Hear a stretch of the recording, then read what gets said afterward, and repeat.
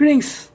तो देखते हैं आज की उनके दिल की बातें। ओके, 1 अप्रैल के लिए है ये reading and we got everything over here. पहला ये tarot, love messages and fairy deck oracle. ठीक है, तो हम करने वाले हैं reading with the of these 3 objects and let's connect with the vibes. Okay, तो 1 अप्रैल आ गया है, नया दिन, नया महीना। देखते हैं क्या है आज देखने के लिए from them. Okay, so let's sneak peak in their house. Okay, पिकबू करते हैं, देखते हैं क्या रीडिंग आती है। चलो करते हैं कार्ड्स की shuffling and here we go. Wow, the first card over here, good, great vibe. Okay, और देखते हैं कौन से वाइब्स आते हैं जी।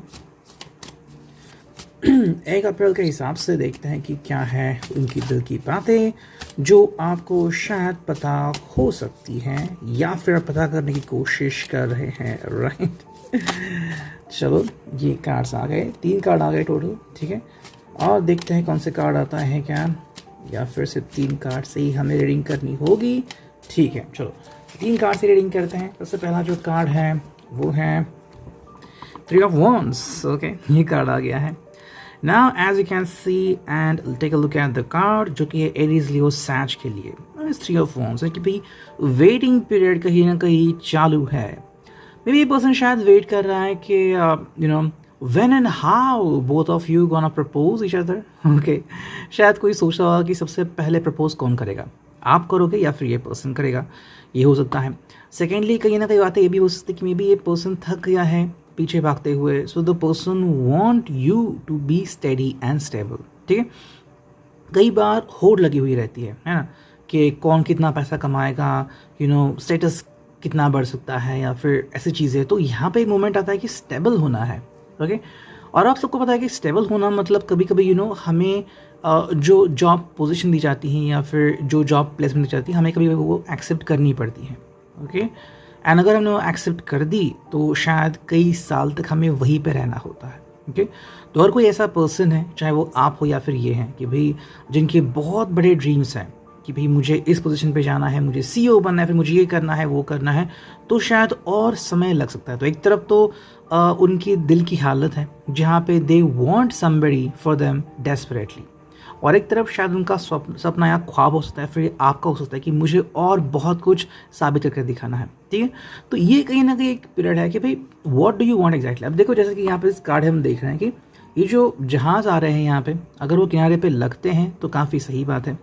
अगर वापस से वो जाने वाले हैं तो दोबारा से वो कब लौट आएंगे वो इंतज़ार करना है ना, कि मे बी आपसे मिले और आपने कहा कि अभी नहीं, मुझे और थोड़ा समय लगेगा, या फिर the same is expected from them, और वापस से अपने काम में मशगूल हो गए, बिजी हो गए, वापस से फिर आएंगे, वापस से चले जाएंगे, तो इससे सही चीज़ें निखर के नहीं आएंगी। राइट, प्रॉब्लम हो जाएगा। तो वही बात यहाँ पे, मे बी ये पर्सन शायद वेटिंग करते हुए थक गया है, उसे अब रिजल्ट चाहिए कि भाई I want something desperate. Okay, I want something which is clearly visible, और अब दोनों भी इससे अग्री करने चाहिए। ये नहीं कि भाई बस इनकी ज़िद है इसलिए आप कह रहे हो कि भाई हाँ ठीक है भाई आपके लिए okay I can wait. No, आप दोनों मिलके कहीं ना कहीं इस बात के ऊपर रोशनी डाल सकते हो। ओके, सेकंड जो कार्ड है यहाँ पे वो है 4 ऑफ वॉन्ड्स। बहुत ही beautiful card, that is all about the marriage sign या फिर कोर्टशिप साइन। ठीक है, तो ये एक बहुत ही अच्छी खुशखबरी है फॉर द सिंगल्स। जो सिंगल हैं उनकी ज़िंदगी में बहुत ही जल्द कोई पर्सन की एंट्री हो सकती है। ओके, अब आपको अपने जो हॉरोस्कोप से वो देखने होंगे, मोस्ट इम्पॉर्टेंटली ऑस्पिशियस डेट्स है उसके ऊपर आप ज़्यादा फोकस कर सकते हो। ओके, जो शुभ ग्रह होते हैं या फिर जो अंगूठी आपको पहनने के लिए बोलते हैं, आप उसके ऊपर भी ध्यान लगा सकते हो।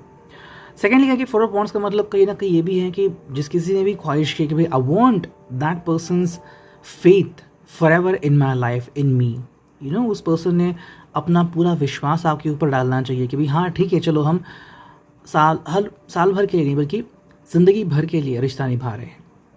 ठीक है, तो ये जो बात है वो अगर यहाँ पे आ रही तो डेफिनेटली ये बहुत ही खूबसूरत चीज़ आप दोनों की ज़िंदगी में हो सकती है, कि जिसे हम प्यार कह दो सकते हैं, कह रहे हैं, लेकिन ये प्यार से भी बड़ी बात है। ठीक है, कि भाई एक दूसरे के सुख दुख को अपनाना। आप जैसे हो, आप में चाहे कितनी खामियां हैं, कितने अच्छे गुण हैं, I accept the way you are. ये नहीं कि आप ये बदलो वो बदलो, क्योंकि कई बार क्या होता है कि सिर्फ एक ही पर्सन बदलता है, दूसरा पर्सन सिर्फ दिखावा करता है। ये नहीं, यहाँ पे सच्ची मोहब्बत दिख रही है कि I am accepting you the way you are. तो कहीं ना कहीं जिसको ये लग रहा है कि वो एक मोमेंट आ चुका है कि आप दोनों एक दूसरे को आप जैसे हो वैसे एक्सेप्ट कर रहे हो, तो काफ़ी सही हो जाएगी बातें। ओके, तो ये हमें यहाँ पे देखने को मिल रहा है that you don't need to worry about it. ज़्यादा सोचने की ज़रूरत नहीं है, don't think about it more, just focus on yourself and the other person. ठीक है, एंड जो थर्ड कार्ड आ गया है वो 2 ऑफ कप्स। तीनों ही कार्ड बहुत ही अच्छे हैं। कैंसर, स्कॉर्पियो, पाइसेस का एक कार्ड। इसका मतलब भाई किसी के आघोष में स्थान प्राप्त कर लेना, या फिर फाइनली कि भाई I can tell you my secret that I love you.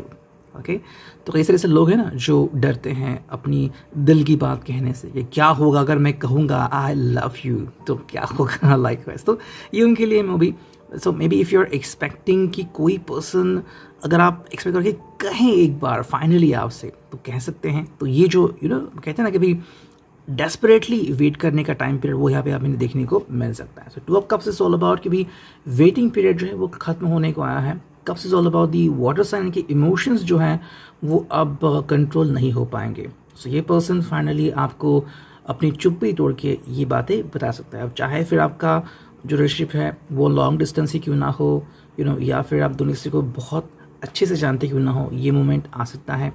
You can have some intimate moments as well if you feel that it is wonderful moment in your life as well. ठीक है, अब देखते हैं love messages क्या आते हैं यहाँ पे। एंड हियर वी गो, सिर्फ 2-3 ही कार्ड्स लेते हैं बिकॉज टैरो में हमने बस 2-3 ही कार्ड लिए थे, 1, 2 एंड 3। ठीक है, 3 कार्ड आ गए। देखिए 3 कार्ड का रीडिंग यहाँ पे क्या आता है। एंड पहला जो कार्ड है वो आई लव यू। जैसे मैंने कहा कि भाई कम्युनिकेशन तो हो सकता है, मोस्ट इम्पॉर्टेंटली जो एक बैरियर है कि कोई नहीं कह पा रहा था बिकॉज ऑफ सर्टन थिंग्स कि भाई आई लव यू एंड लाइक वैस चीज़ें, या फिर कि भाई कन्फेस नहीं कर पा रहा था अपना प्यार, तो वो कन्फेशन फाइनली आपके सामने इस पर्सन का हो सकता है, या फिर आपका कन्फेशन इस पर्सन की तरफ जा सकता है। कुछ लोग आज भी पुराने तौर तरीके आजमाते हैं कि ईमेल करना, या फिर मेल करना, या फिर दूर से ही सही बता देना, वगैरह वगैरह चीज़ें। तो आज भी कुछ लोग ऐसे हैं जो अपने आप को दूसरों के सामने डायरेक्टली प्रस्तुत नहीं करते, या तो डरते हैं या तो शर्म आती है उनको, डिपेंडिंग ऑन दैट। बट कहीं ना कहीं यहाँ पे ये बात ज़रूरी है, the person has lots of feelings for you. ठीक है, अब मैं इसलिए बोल रहा हूँ कि यहाँ पे जहाँ पे 2 लोगों की फीलिंग्स एक दूसरे के लिए हैं, ये उनके लिए कार्ड हो सकता है। ठीक है, अगर आप किसी के लिए वेट कर रहे हो तो ऐसा कोई व्यक्ति जो आपकी तरफ अट्रैक्ट हो सकता है, जैसे कि इनिशियल फेज कि किसी ने आपको देखा और आपका हालचाल, आपके बोलने का तरीका, आपका साफ दिल, नेक दिल इनको बहुत अच्छा लगा, और may be the person can be fall in love with you, और आपकी एक नई जिंदगानी शुरू हो सकती है। ठीक है, now we got 2 cards over here. पहला जो कार्ड है वो है क्वाइट ईच अदर्स फियर्स, यानी कि भी कहीं ना कहीं पे आप दोनों जो है वो एक दूसरे के लिए काफ़ी प्रॉमिसिंग बन सकते हो।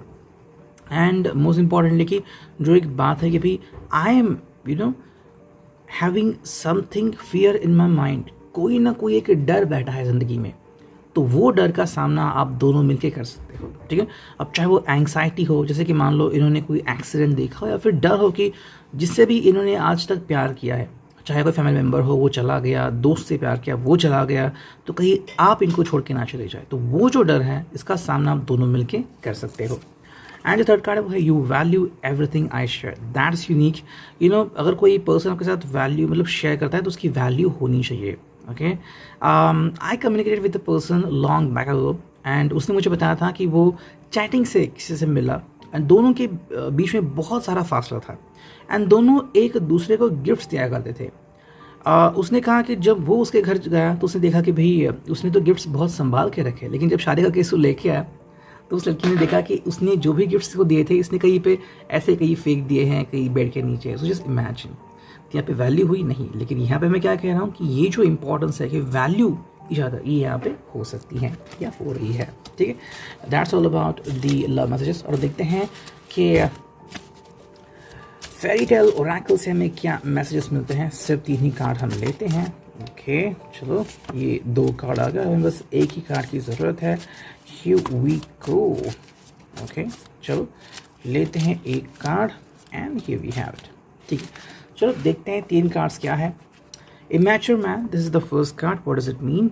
कहीं ना कहीं कोई पर्सन जो है वो अभी भी इमैच्योर बन चुका है। मे बी आपको वो पर्सन ऐसा ही बिल्कुल अच्छा लगता है।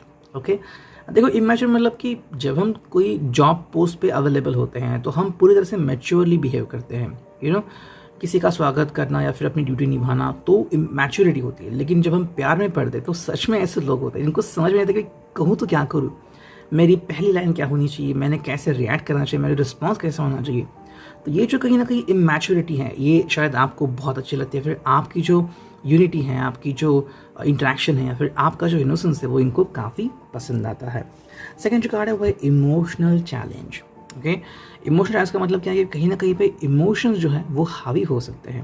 ओके, अब मे बी शायद आप दोनों एक दूसरे से मिल रहे हैं and you are either each other's neighbor या फिर कलीग्स हैं और इस पर्सन की आपकी तरफ फीलिंग ज़्यादा बढ़ चुकी है या फिर आपकी बढ़ चुकी है। तो ऐसे में जो इंटरेक्शन है वो बहुत ज़्यादा बढ़ सकता है। ठीक है, मे बी बाकी के जो लोग हैं वो भी समझ सकते हैं कि भाई इन दोनों में कुछ तो चल रहा है। ओके, एंड सेकेंडली कि अगर ये पर्सन किसी कारण से अगर आपसे दूर हो चुका है, मैं ये नहीं कह रहा हूँ कि खुद से दूर हो गया, लेकिन सिचुएशन ने अगर दूर कर दिया है कि कहीं ना कहीं कंपनी के कारण बाहर चला गया है या फिर कोई प्रॉब्लम है उसमें अट गया है, तो ये एक बात आपकी हो सकती है कि भाई I am waiting for his और हर रिटर्न। तो वो भी एक पीरियड जो है वो थोड़ा सा थका देने वाला किसी के लिए हो सकता है। लेकिन इसका मतलब ये नहीं कि ये पर्सन के बारे में सोचता नहीं, सोचता ज़रूर है, लेकिन उसके लिए मतलब उसको भी काफ़ी अच्छा लगता है कि आप ऐसे व्यक्ति हो जो उनके बारे में ज़रूर सोचते हो। ठीक है, एंड जो थर्ड कार्ड यहाँ पे आ चुका है वो है someone to trust. That's important thing कि ऐसा नहीं कि बस प्यार किया और दैट्स इट, नहीं, प्यार में विश्वास होना चाहिए, being honest. Okay, being honest मतलब ये जो पॉलिसी है सिर्फ लड़कियों के लिए नहीं, लड़कों के लिए भी। ठीक है, कि I am honest with you and I also admire that you are honest with me. Okay, तो ये काफ़ी सही बात है। आई थिंक लूसीफर में कोई तो एक एपिसोड था जिसमें दिखाया गया था कि आई थिंक सीजन 2 में कि उसकी जो प्रॉपर्टी है वो कोई छीन रहा था। तो वो जब इन्वेस्टिगेट कर रहा था तो उसको पता चला कि जिसको उसने प्रॉपर्टी वाला जिससे ली थी, ओके, उसने अपने बेटे की फियांसे को कि वो झूठी है एंड वो कितनी मतलबी है दिखाने के लिए सब कुछ दाव पे लगा दिया, बहुत सारे पैसे दे दिए, फिर भी वो टस से मस नहीं हुई। तो उसने फिर फाइनली उसके गलत फोटोज़ बनाया कि she had affair with somebody else and likewise वगैरह। लेकिन फिर भी उसका दिल नहीं टूटता, वो कहती है कि I am being with my lover for ever till death. Right, तो ऐसे ही है कि समवन टू ट्रस्ट, कि यहाँ पे प्यार बहुत इंपॉर्टेंट है और वो भी कि भाई trust this person trust you, और वो जो ट्रस्ट है वो अंत तक रहेगा। तो इतना reading, I hope it will resonate.